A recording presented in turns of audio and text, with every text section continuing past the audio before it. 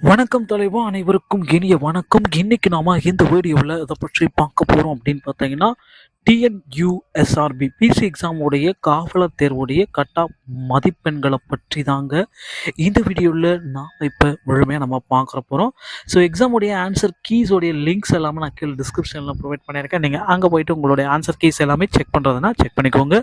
2023 cut off மதிப்பெண்கள் என்னவா இருக்குது, எவ்வளோ மதிப்பெண்கள் எடுத்தால் நீங்கள் செலக்ட் ஆகுவீங்க, இதை பற்றி தான் பார்க்க போகிறோம். அதே மாதிரி ப்ரீவியஸ் இயர்ஸோடைய கட் ஆஃபும் நான் உங்களுக்கு அனலைஸ் பண்ணி நான் உங்களுக்கு சொல்கிறேன்.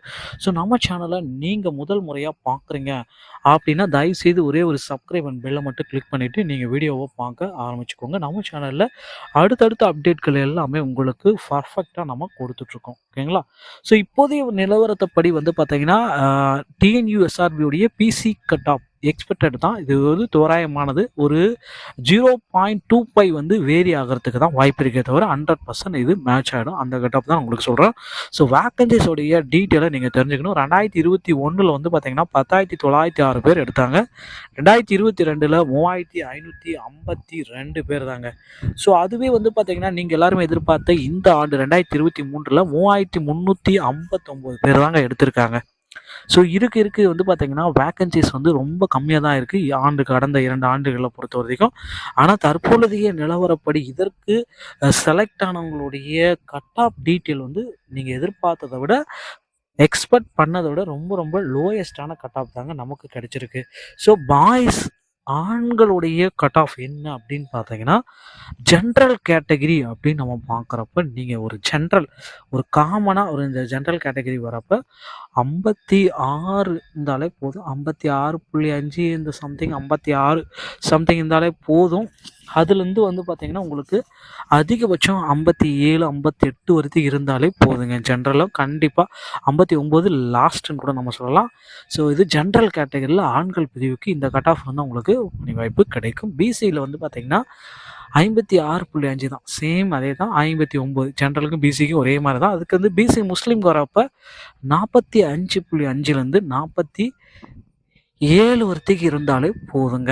எம்பிசி மற்றும் டிஎன்சிக்கு பார்த்தீங்கன்னா கொஞ்சம் ஹையஸ்டாக தான் இருக்கும். ஸோ இந்த கட் ஆஃபில் ரேஷியோவில் வரவங்களுக்கு 57.5லேருந்து 58 இல்லைன்னா லாஸ்ட்டாக 59 தாங்க கடைசி. 58.5க்கு கிடைச்சாலும் வாய்ப்பு இருக்குது.